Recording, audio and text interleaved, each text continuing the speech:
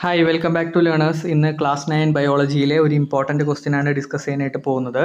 So നിങ്ങൾക്ക് കാണാം, ഇതാണ് question. Observe the figure and answer the questions given below. അപ്പോൾ ഇങ്ങനെ ഒരു ചിത്രം തന്നിട്ട് അത് ബേസ് ചെയ്തൊരു ക്വസ്റ്റ്യൻസ് ചോദിക്കും. ഓക്കെ, അപ്പോൾ ഇതെന്തിൻ്റെ ചിത്രമാണ്? ടൂത്തിൻ്റെ ചിത്രമാണ് അല്ലേ, ടീത്തിൻ്റെ ചിത്രമാണ്. അപ്പോൾ നിങ്ങൾക്കറിയാം ഇവിടെ കുറേ ഭാഗങ്ങളുണ്ട്, ABCD.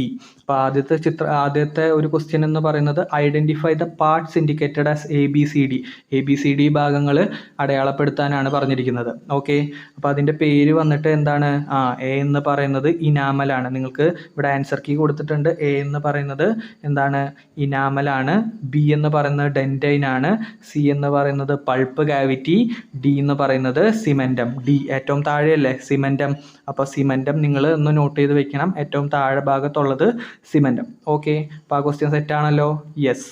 ഇനി നമുക്ക് അടുത്ത ക്വസ്റ്റ്യൻ ആണ്, what are the peculiarities of the parts indicated as AB. എയും ബിൻ്റെയും പ്രത്യേകതകളാണ് നമുക്ക് എഴുതേണ്ടത്. എ എന്ന് പറയുന്ന ഭാഗം ഞാനിപ്പോൾ പറഞ്ഞു തന്നു. എന്താണ്? ഇനാമൽ. ഏതാണ്? ഇനാമൽ. മുകളിലുള്ള വൈറ്റ് കളർ പോർഷൻ അല്ലേ, അതാണ് ഇനാമൽ എന്ന് പറയുന്നത്. അപ്പോൾ ഇനാമലിൻ്റെ പ്രത്യേകത എന്താണ്? The hardest substance in the human body. മനുഷ്യ ശരീരത്തിലെ ഏറ്റവും കട്ടി കൂടിയ, ഏറ്റവും ഹാർഡായിട്ടുള്ള ഒരു സബ്സ്റ്റൻസ് ആണ് ഇനാമൽ എന്ന് പറയുന്നത്. The outer covering of the ടൂത്തിൻ്റെ പല്ലിൻ്റെ ഔട്ടർ കവറിങ് ആണ് എന്ത്? ഇനാമൽ എന്ന് പറയുന്നത്. നോൺ ലിവിങ് ആണ്. എന്താണ്? നോൺ ലിവിങ് ആണ്, അതിന് ജീവനില്ല.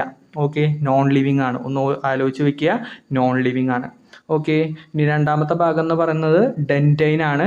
ഡെൻറ്റൈൻ എന്ന് പറഞ്ഞാൽ ലിവിങ് ആണ്. എന്താണ്? Living tissue with which tooth is formed. പല്ല് രൂപപ്പെടുന്ന ഒരു ലിവിങ് ടിഷ്യൂ ആണ് എന്ത്? ഡെൻറ്റൈൻ എന്ന് പറയുന്നത്. അപ്പോൾ അത് ക്ലിയർ ആണല്ലോ. എ എന്ന് പറയുന്ന ഭാഗം ഇനാമൽ, ബി എന്ന് പറഞ്ഞാൽ ഡെൻറ്റൈൻ, സി എന്ന് പറഞ്ഞാൽ പൾപ്പ് കാവിറ്റി, ഡി എന്ന് പറഞ്ഞാൽ ഏതാണ്? പറയടാ, സിമെൻറ്റം. Okay, set.